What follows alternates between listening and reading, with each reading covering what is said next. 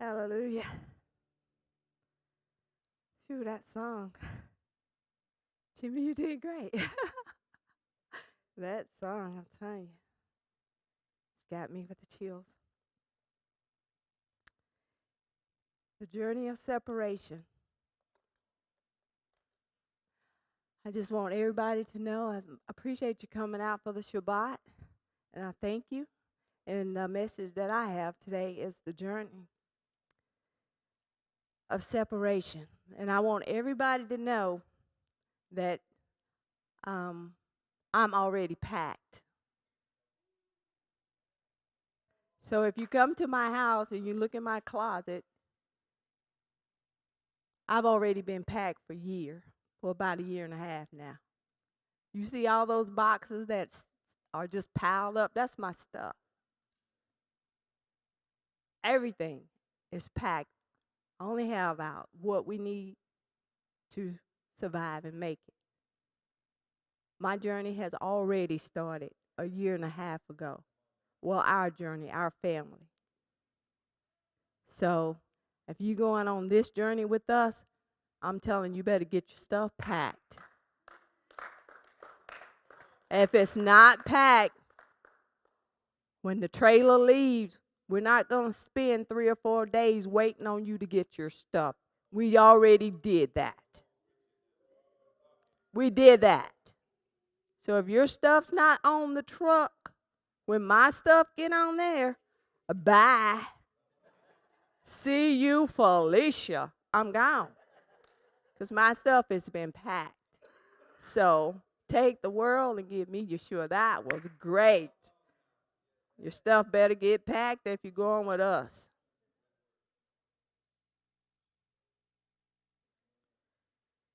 The journey of separation. Abram and Sarah's journey. Let me make sure I get the right one. Sorry.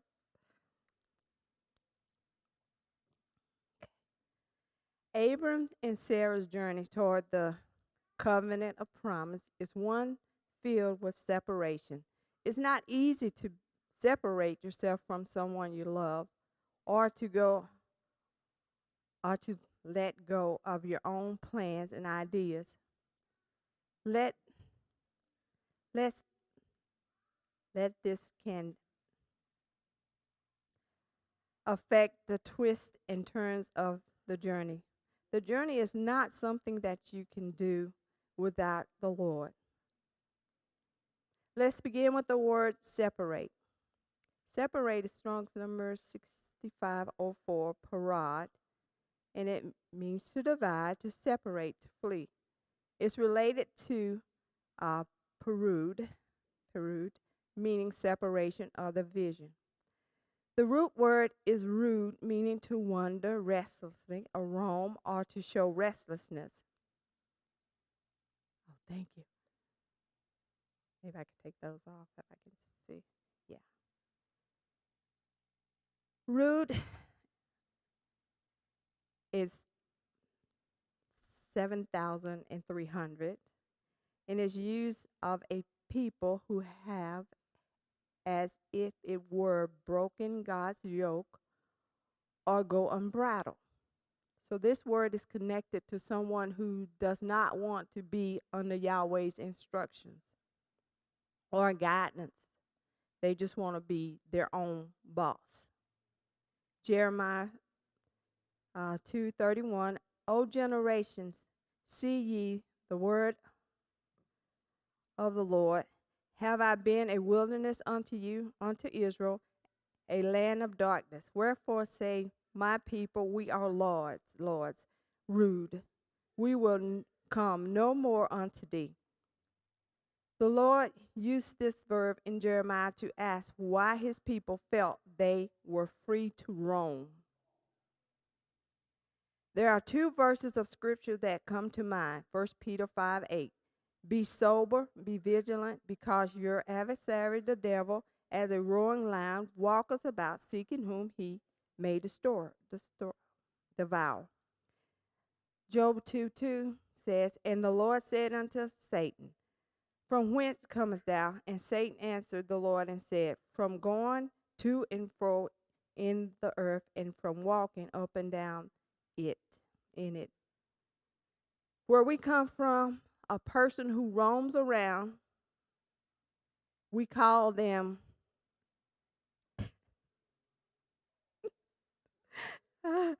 okay. Where we come from, a person who roams around are usually people who are up to no good. And roaming around will lead them to a path or a place where they will be picking up daisies. They'll be dead. Because you just don't roam around where we came from. People will think you are up to no good, and you'll go to a place where they will leave you there.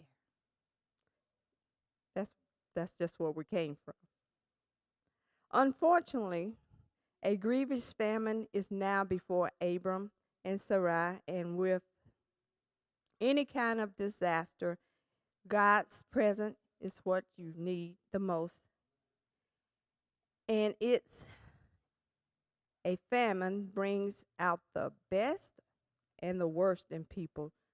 Pastor John did a wonderful teaching talking about famine. I was just like, oh my God, I can't touch that because that was so good.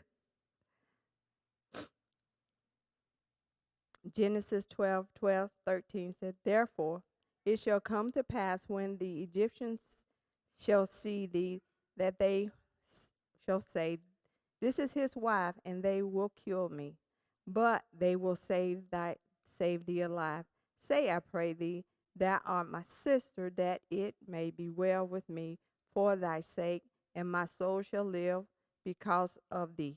The word for well here is Strong's 31:90, and it's Yatov, and it comes from Tov.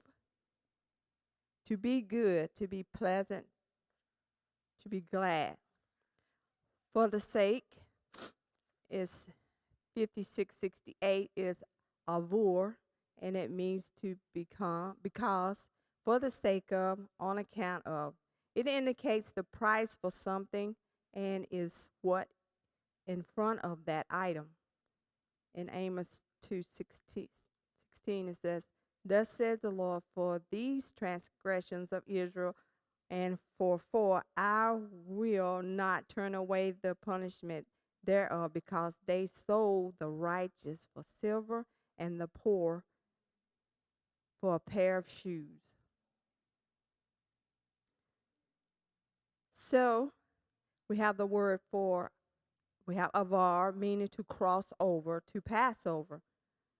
One would kind of think the idea that Abram just put a price on Sarai for crossing over, meaning into Pharaoh's house. So they have a plan here. And the plan is for Sarah to actually go into Pharaoh's house.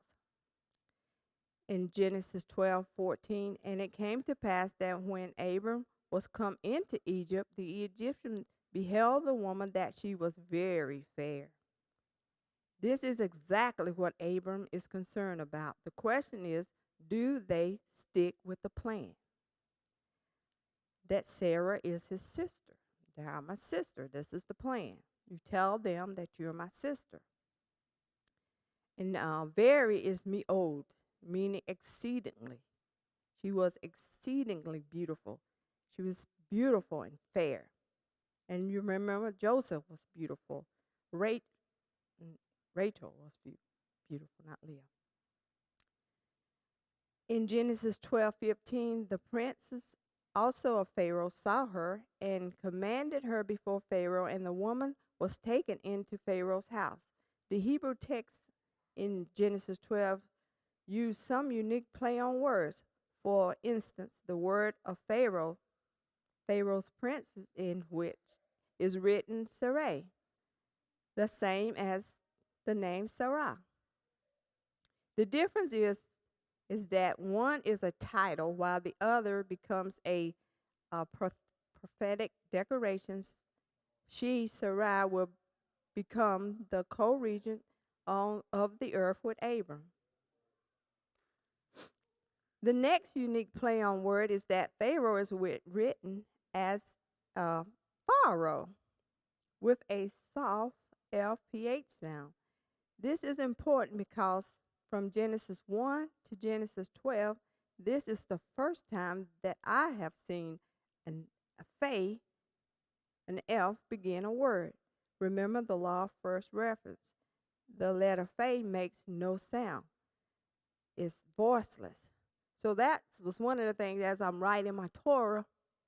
And when you start writing your Torah, you'll notice different things. And this was the first thing I noticed. That why is his name starting? I guess the English got it right. It's a PH sound. But you don't see the PH in the Hebrew hardly ever. And so that's like, okay, this is a red flag here. Why is his name being spelled with an PH sound or an F? Later in the same verse, Pharaoh is written with the dot in the middle, making it a P, as in Paro. The dot in the middle of the Pay is called a dagesh and means piercing. It modifies the sound of the specific letter. Pay at the beginning indicates a mouth or to speak. So you have the Pay. If it starts a word, it makes no sound. It's not vocal. But if you have the Pay, then it makes a sound. It's vocal. And the Pay releases seed. It means a mouth. A mouth is something we use to speak, and the entire purpose of speaking is to communicate with another individual. And you'll see this come into play. And Genesis 12:15 continues with, and the woman was taken into Pharaoh's house. Sarai is now seen as just a woman in Pharaoh's house. She lost her identity. Identity theft goes way back, a long ways. The commentaries say Sarah was abducted and taken to Pharaoh's palace. And 16 it says, and he intrigued Abram well for her sake, and he had sheep and oxen, and he donkeys and men servants and maid servants, and she donkeys and camels. Intrigued and well is the same word in the Hebrew, yatab. Yahweh blessed the house of Pharaoh because of Sarai. And the word for Pharaoh is 6547, paro, meaning his great house. The two-letter root of Pharaoh is par, 6499, and it is a bull. This is important because the ruling sign in the constellations at that time was Taurus, the bull. Pharaoh still rules the world's economics, the sign of the bull, driven by the stock market today. Yahweh blessed the house of Pharaoh because of Sarai. Pharaoh's house was a place of business because he controls the economic system of the world. Then and even now, but now it's us, the people, he is buying and selling. And because of us, the people, his house is still being blessed. Just when everything was going well for Abram and Sarai, in Genesis 12:17 it says, and Yahweh plagued Pharaoh and his house with great plagues because of Sarai, Abram's wife. A plague is Strong's 50:60 naga. It means to touch, to reach, to strike, to be stricken by disease. Genesis 3:3 says, but of the fruit of the tree which is in the midst of the garden, God has said, you shall not touch it, neither shall you shall not eat of it, neither shall you touch it, nagar, lest you die. The King James Bible leaves out a word here. The word is davar, meaning speak, word, or thing, 1697. And Yahweh plagued Pharaoh and his house with a great plague because of the word of Sarah, Abram's wife. So they left out that word. So that leads you to believe that it says he because of Sarah's Abraham's wife. But if you read it in Hebrew, it's because of the words that Abraham's wife said. So Sarai is the one who told Pharaoh that I am Abraham's sister.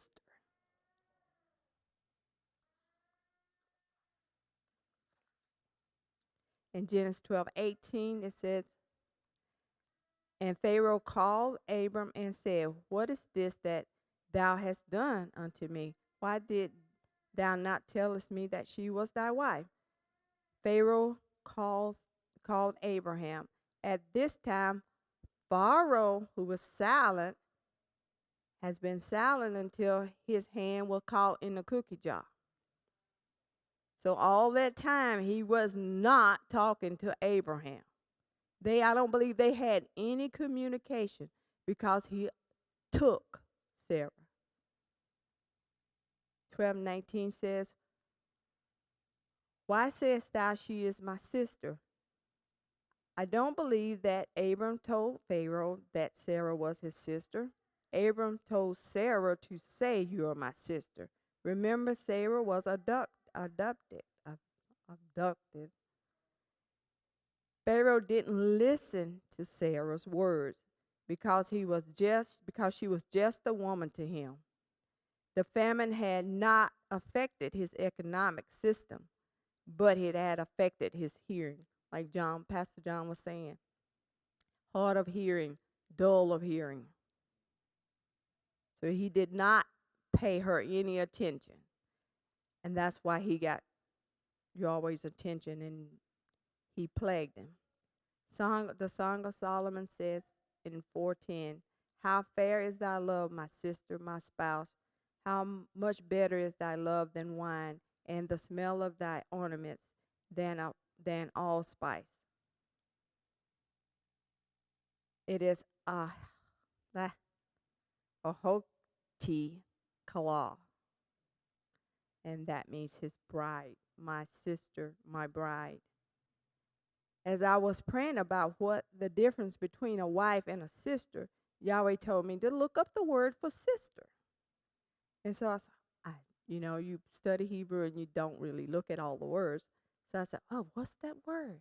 And then it took me to the Song of Solomon. He said, my sister, my bride. And that's like, oh, wow, she is my sister and she is my bride. And Abraham didn't tell him that. Sarah told him. He just didn't listen. And then that's why he got in trouble. The famine brings out the best and it brings out the worst. Sarai in the land of Canaan. Genesis 16:1. Now Sarai, Abram's wife, bare him no children, and she had a handmaid, an Egyptian, whose name was Hagar. Hagar is Strong's number 9004. It means flight.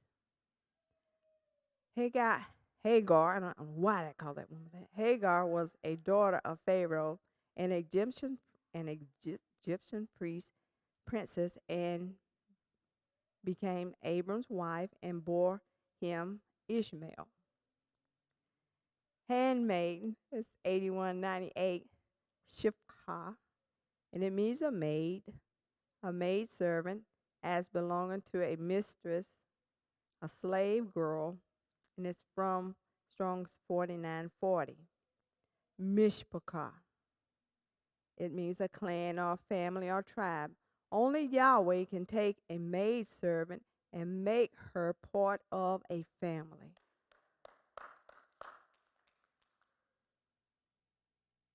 When Pharaoh just gives his family away, he has no family morals, no family value, just gives her away.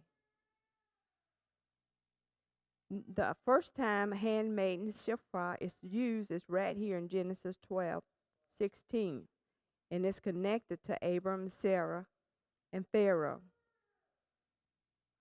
Genesis 16:2. And Sarai said unto Abram, Behold, now the Lord has restrained me from bearing. I pray thee, go in unto my maid. It may be that I may obtain children by her. And Abram hearkened to the voice of Sarai. Sarah's desire to have children.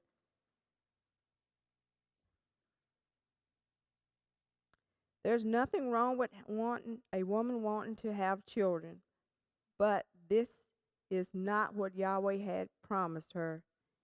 Is this act of unbelief separating her from the promise?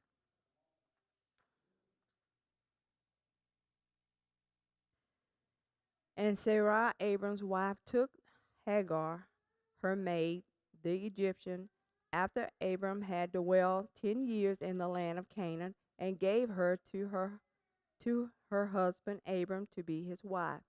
Let's look at the phrase, after Abram had dwelled 10 years in the land of Canaan. The word for dwell is 34:27, yashav, meaning to set, to dwell, to inhabit, to endure. Yashav is related to 76:75, Shabbat, meaning a seat, dwelling place. Shabbat has the same three-letter root as 76:76. Shabbat, meaning rest. The Hebrew text reads, Miketz, Isir, Shanim, Le, Shevet, Abram, Bi, Ibret, Hakanan. After 10 years of restful Shabbats Abraham had in the land of Canaan, remember Canaan was the land of the giant. There was no problem between Sarah and Hagar until now.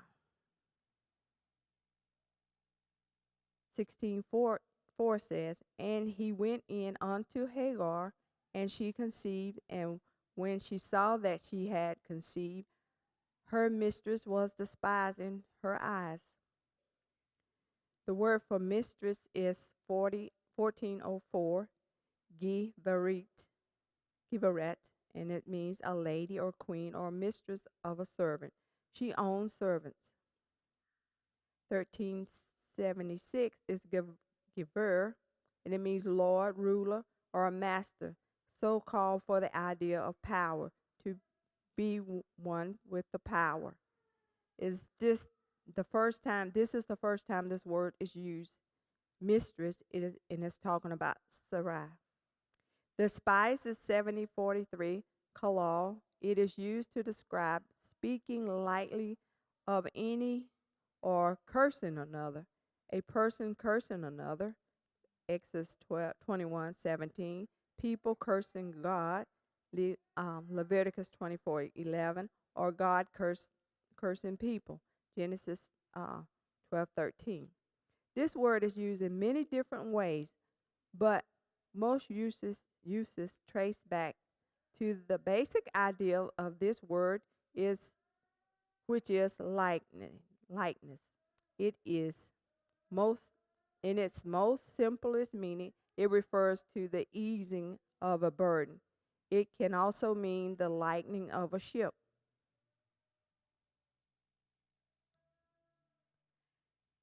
In 1 Kings 12:4, Thy father made our yokes grievous. Now therefore make thou the grievous service of thy father, and his yoke and his heavy yoke which he put upon us lighter, despised, and we will serve you. So there's some different meanings for that word. It's not that Sarah, and it's not that Hagar despised her for being pregnant, because if she was pregnant for Abraham, it didn't matter one way or the other. She still was a slave. So it didn't matter if she would have been pregnant. She still would have been considered a slave. In Luke 11:45, then answered one of the lawyers and said unto him, Master, thus sayest thou, reproaches us also? Reproaches is Strong's 5195. Hubrizo means one who injures another by speaking evil of him. 1146 says, and he said, woe unto you, all ye lawyers, for you lay men with burdens grievous to be borne, and ye yourself touch not the burdens with one of your fingers. It is also important to know the first time the word despise is used in. It's Genesis 8:8. Also, he sent forth a dove from him to see if the water were abated from off the face of the ground. Abate means to decrease in amount or value. Think about this. What if Genesis 16:4, takes the focus off Sarai, who started everything, and puts everything on Hagar, which leads us to believe that when Hagar saw that she had conceived, her mistress was despised in her eyes.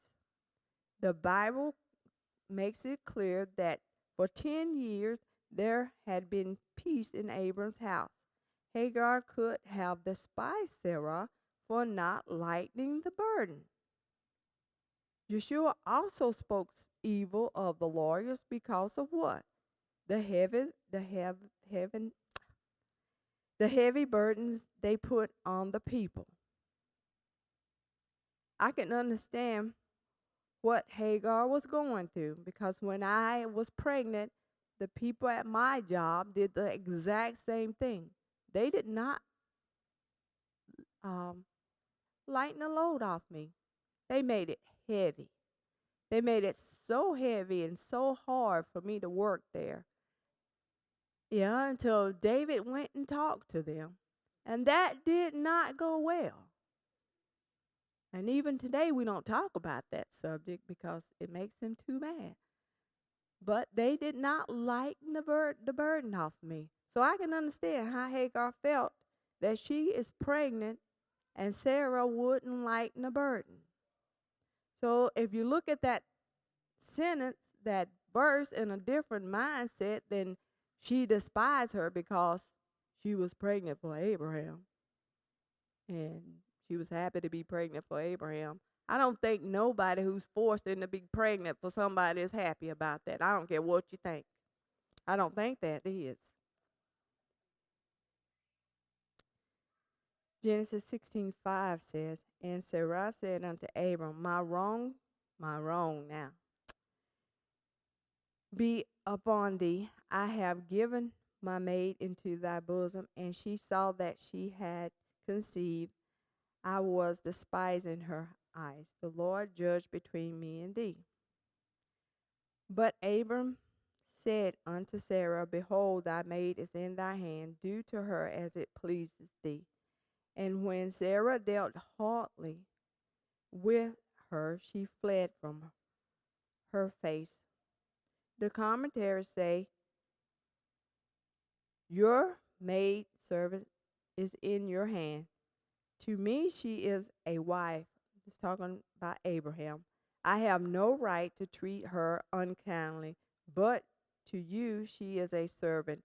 If she mistreats you, do what you feel is right. Sarah's intent was not malice, but to force Hagar to cease her insult, to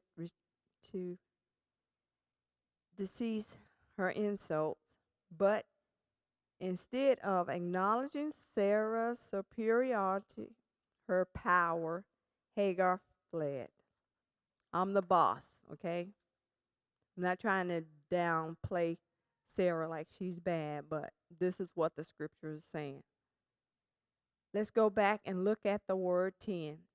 After Abram had dwelt 10 years, the number 10 is a complete and perfect number. The meaning of 10 is one of testimony, law, responsibility, and the completeness of order. Day 10 of the seventh month is also the holy day known as the Day of Atonement. The Day of Atonement is 10 days of inspecting the inner self and your heart. The number 10 is the letter Yod in Hebrew, and it means the hand, completeness of order. Sarah rearranges the order in her house. The word hand is 3027 yod, and it means strength, power. Note, thy maid is in thy hand. Do to her as it pleases thee. Sarah had the power to lift the burden or to set Hagar free. The power was in her hand. She had that choice. She could make that choice at this point to set her free. Remember, it wasn't too long ago when Sarah was in the house of Pharaoh and Yahweh intervenes on her behalf. Sarah's power was drawing her further away from Yahweh's plan for her and Abram's life. In her separation, Parah, she had become rude, making her Lord free to roam around. To do her as it pleased thee in the Hebrew, it is to do to her good in your eyes. That's what it should have said, to do to her good in your eyes. Good is told, meaning good, pleasant. Do what's good. Do what's pleasant. Do what's pleasing. Do what's agreeable. Do what's kind. Do what's right. In your eyes is meaning eyes, the physical eye, the spring, the fountain. A spring and a fountain gives life. Abraham said, behold, thy maiden is in thy hand. Do to her the good in your eyes. There is good in your eyes. That's what he was telling her. There is good in your eyes. Your eyes is a spring. It's life. Do good. The word to do is used here as a command. I see. It means he was telling her, I command you to do good.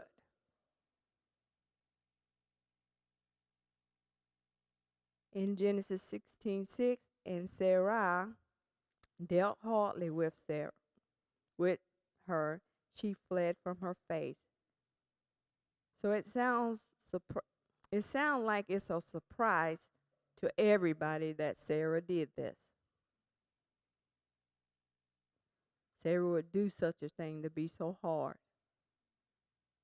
Dealt hardly is 60:31 anah. It means to afflict, oppress, humble, to bow down, to be put down, to be depressed. It's from Strong 60:30 anah, meaning to answer, respond, to testify, respond as a witness. This has become a legal court case.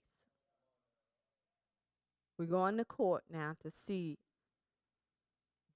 We're taking this to court, and we're going to see. She fled is 1272, Barak, and it means to flee, to run away. She ran away. To be driven away, put to flight. Hagar's name means flight. She will be gone. I'll tell you now. She's a slave, but her mindset, you treat me bad, I'm out of here. And it's in Genesis 15:3, and he said unto Abram, know of a surety that thy seed shall be a stranger in a land that is not theirs, and shall serve them. Where did that come from? It seemed like out of the nowhere, Yahweh, okay, your seed's going to be in a land that they don't know nothing about. And they shall afflict them. For 400 years, they're going to be afflicted. This is what Yahweh spoke to Abram before this ever happened. He's already warning him. This is going to be, your seed is going to go into bondage. You have to look at the reason why It never tells you the reason why they went into bondage. Dealt hardly and afflict are the same words, anah, from anah to answer. So we go into court now. In Genesis 16:7, and the angel of the Lord found her by a fountain of water in the wilderness, by the fountain in the way of Shur. A fountain is the eye. Shur is Strong's 7793. It means a wall, a place southwest of Palestine on the eastern border or within the border of Egypt. She was going home. And I'm pretty sure if she would have made it home, probably would have been a war. Shur is connected to the house of Pharaoh. The name is often rendered house of the bull, as in par bull. It's a counterfeit of the house of Taurus, the bull, or Shur in Hebrew. Joseph reigned under this sign in 16:8, and he said, Hagar, Sarai's maid, which cometh thou, and which wilt thou go? And she said, I flee from the face of my mistress Sarah. And the angel of the Lord said unto her, Return to thy mistress, and submit thyself under her hand. Submit here is anah, to be afflicted, oppressed, humble, to afflict. The same as deal hardly, afflict, or now submit. So we got three words now, all meaning the same thing. So that'll throw you off in the Hebrew. It's when you see a bunch of words, and they're different words in the English, but they mean the same thing in the Hebrew. So that will throw you off.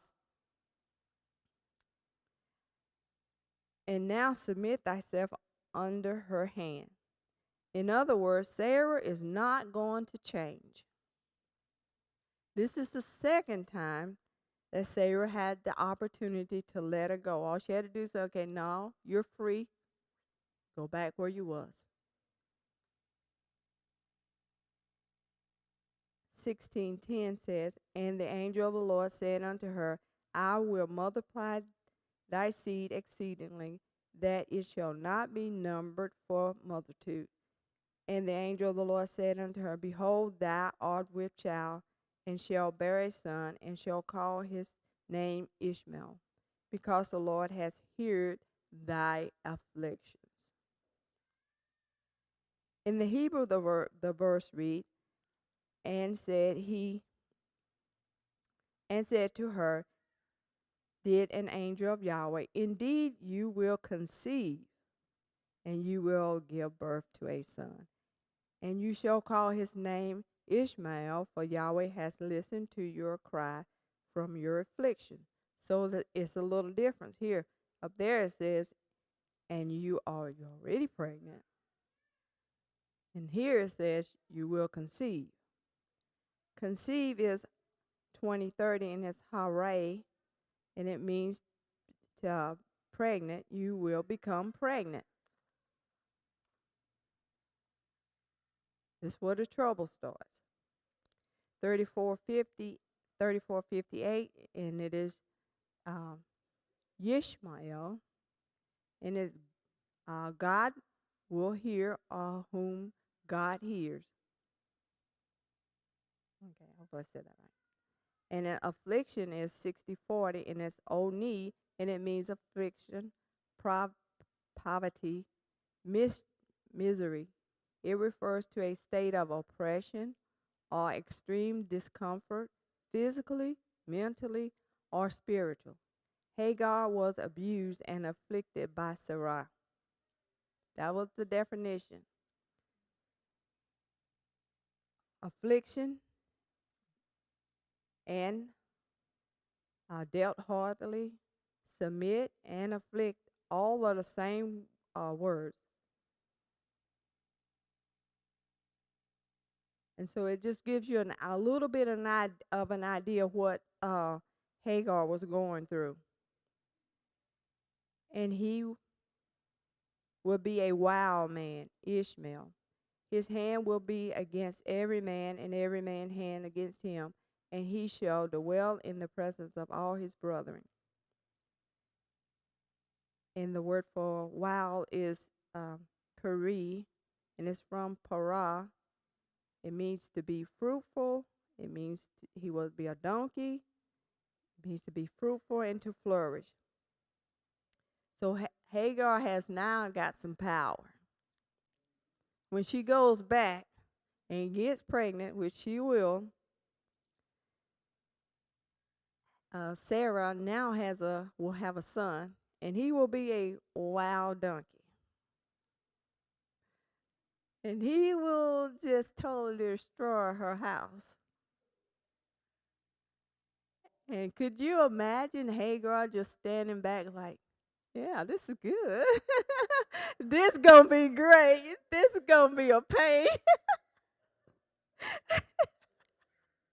This is payback time with a vengeance.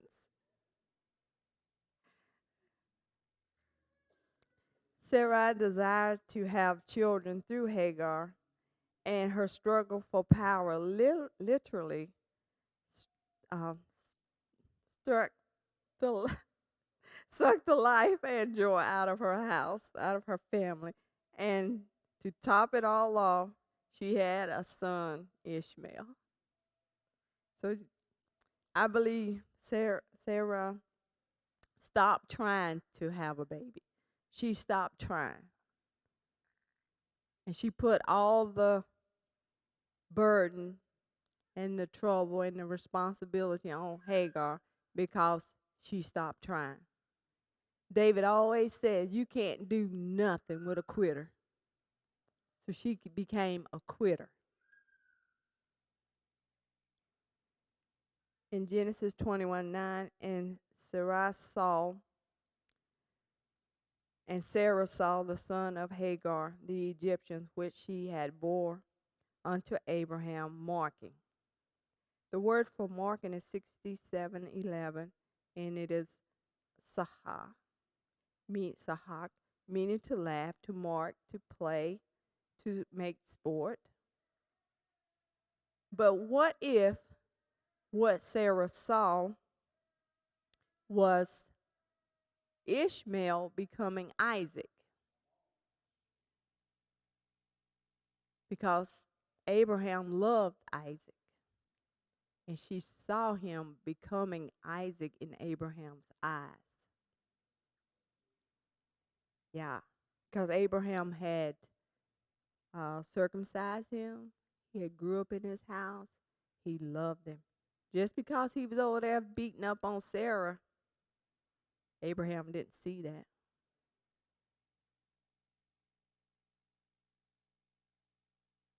In Genesis 21:10, wherefore she said unto Abraham, cast out this bondwoman and her son, for the son of the bondwoman shall not be heir with my son,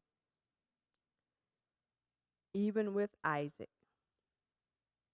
And remember, when the word for mark here, marking, is the same word as Isaac. So what she saw was Isaac. Cast out. It is garage, and it means to drive out, expel, cast out. It means to divorce. So when Abraham divorces Hagar, she is free. She's no longer Sarah's maid, her servant, and she's no longer Abraham's wife. She is free. And the word for heir is yarash, and it means inheritance taken by a single heir, meaning Ishmael was not going to get anything. Genesis 21:11, and Yahweh said unto Abram, let it not be grievous in thy sight because of the lad, and because of thy bondswoman, and all that Sarah has said unto thee, hearken unto her voice, for in Isaac shall thy seed be called.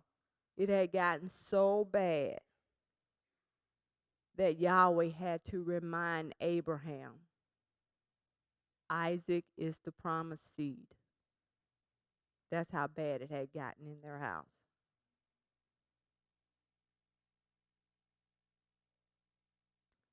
And the word, let's look a little bit more in Genesis 11, 16:11. In the Hebrew text, indeed you will conceive and you will give birth to a son.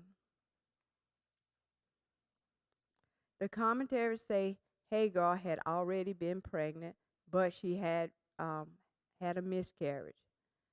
But what if she didn't miscarriage, but when she went back to Sarai, she didn't have a baby?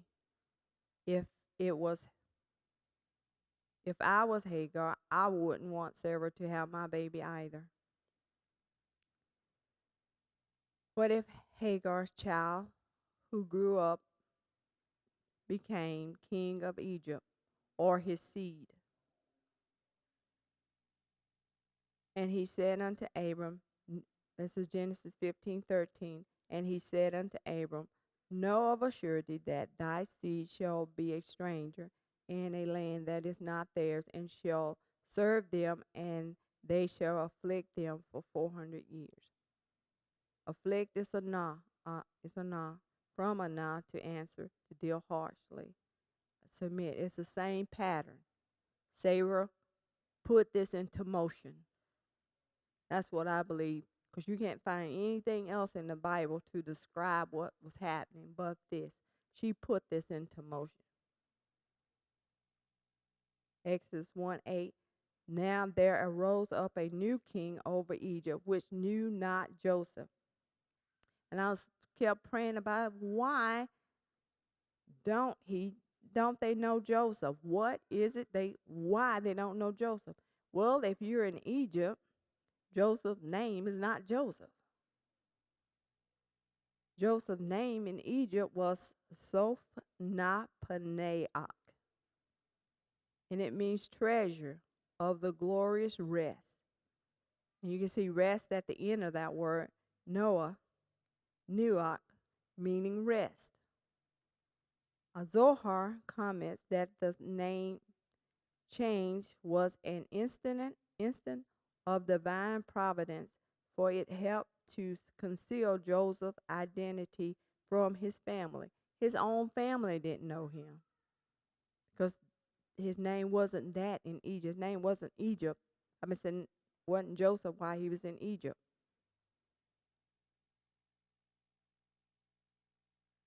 Treasury means a place in which treasure is kept.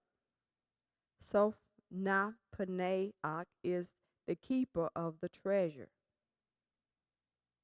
Joseph was over everything of Pharaoh's, but as long as Joseph is in Pharaoh's house, he can't fulfill his role as the house of Taurus, the bull, or Shur in Hebrew. Joseph reigned under this sign. That being said, the whole house of Israel will never be complete in the heavens or on earth without Joseph. Joseph 31:30, Yosef, Yahweh has added, and it's from 32:54, Yasaf. It means to add, increase, to do again. Exodus 1:11 says, therefore they did set over them taskmasters to afflict them with their burdens. And the Lord said, I have surely seen the afflictions of my people which are in Egypt, and have heard their cry by reason of their taskmasters, for I know their sorrows. Affliction is ona. It refers to a state of oppression or extreme discomfort, physical, mental, and spiritual. So the first time used in the is in Genesis 6:11, how Sarah abused Hagar. So you see the connection. There is a connection there. Why they had to go through that. Make sure I got the right page.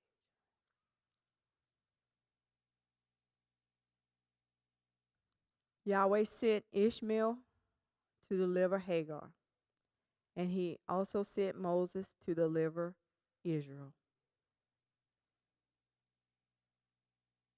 In the days of Yeshua, we can see a same connection. In Luke 38, now it came to pass as they went that he entered into a certain village, and a certain woman named Martha received him into her house. The word Martha is 31:36. It means mistress, or she will rebel. She was rebellious. She's the sister of Lazarus and Mary. In Hebrew, it's Geveret, mistress, lady, queen, mistress of a servant. From Gever, meaning Lord, ruler, the same as Sarai. Luke 10:39 says, and she had a sister called Mary, which also sat at Yeshua's feet and heard his words. The word for feet here is 42:28, and is push, referred to disciples listening to their teacher and teacher's instructions, and to set and said to be at his feet. Heard is Shema, and the word is logos. In Luke 10:40, it says, but Martha was cumbered about much service, and came to him and said, Lord, dost thou not care that my sister has left me to serve alone? Bid her, therefore, that she help me. And I never thought she was working. For some reason, when I read that, it's like, you ain't doing no work. You just complaining. And it bears witness that she's the same as Sarah. Sarah didn't do nothing. Sarah told people what to do. So it's the same thing. Cumbered is 40:49, and it's perisono, to draw different ways at the same time. Hence, to distract with cares and responsibilities, preoccupied with cares or businesses, too busy. It's connected to Strong's 60:30, that same word again, anah. It means to answer, to respond, to testify, to respond as a witness. Once again, we're in a court case. This is a legal court case. Also connected to 60:31, anah, meaning to afflict, oppress, humble, to be depressed, meaning to deal hardly, submit, afflict, affliction only. So it's the same pattern as Sarah was doing. Luke 10:41, and Yeshua answered, okay, you got to give me an answer. I need a witness here, somebody to testify. Yeshua answered and said unto her, Martha, Martha, thou art careful and troubled about many things. The word answer here is the same. 60:31, 60:30, anah, to give an answer, to answer a question, to be a witness, a legal case against Martha. We got a legal case now. In 10:42, but one thing is needful, and Mary has chosen that good part which shall not be taken away from her. Yahweh sent Yeshua to deliver Mary from her burden. So it's the same pattern. He wants us not to be burdened down. That's why Yeshua came, to take away the burdens off of people.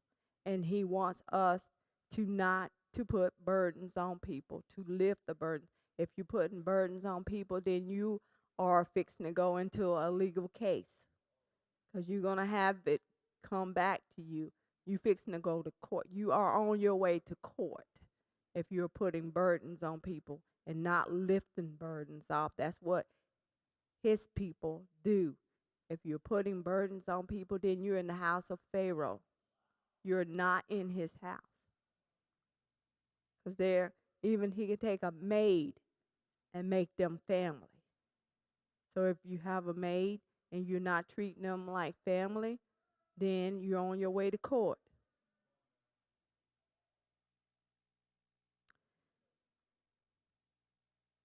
You will know the wheat, and it's right, because when the burdens get heavy, they begin to bow. So he wants us to be bound. That tells him the load is getting heavy now. We need a break. We need a breakthrough. So he needs us to be bound down. That's how we're going to get our breakthrough, when we start bowing down to him and tell him it's heavy. The load is heavy. When you can't eat the food, you can't drink the water, the food is too high, you can't have a place to stay, there's no peace in your home, the burden is getting pretty heavy. When you're being afflicted, getting shots that will kill you, trying to just survive, it's getting heavy. So as for me and my house, we're on our way out. I'm telling you now, if you're not ready to go, then you just stay. But I'm telling you, my stuff is packed. I just got what I need to survive from one day to the next.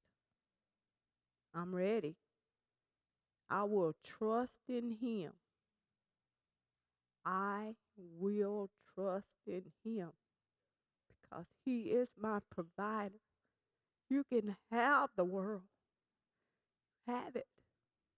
I don't want it. I was raised to make do on what you got. If we didn't have washing powders to wash our clothes, we used dishwashing liquid. Whatever it took to get the job done, that's what we did. We didn't have a whole lot, but we had food and we had shelter, and that's all I need.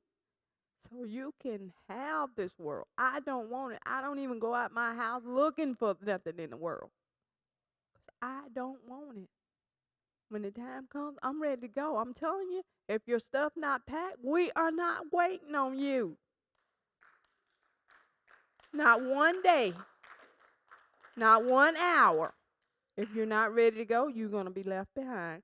Because when my stuff get on the truck this time, if yours not on there, I'm sorry. I'm out of here. And I'm going to tell you now, it's already packed. Shabbat shalom.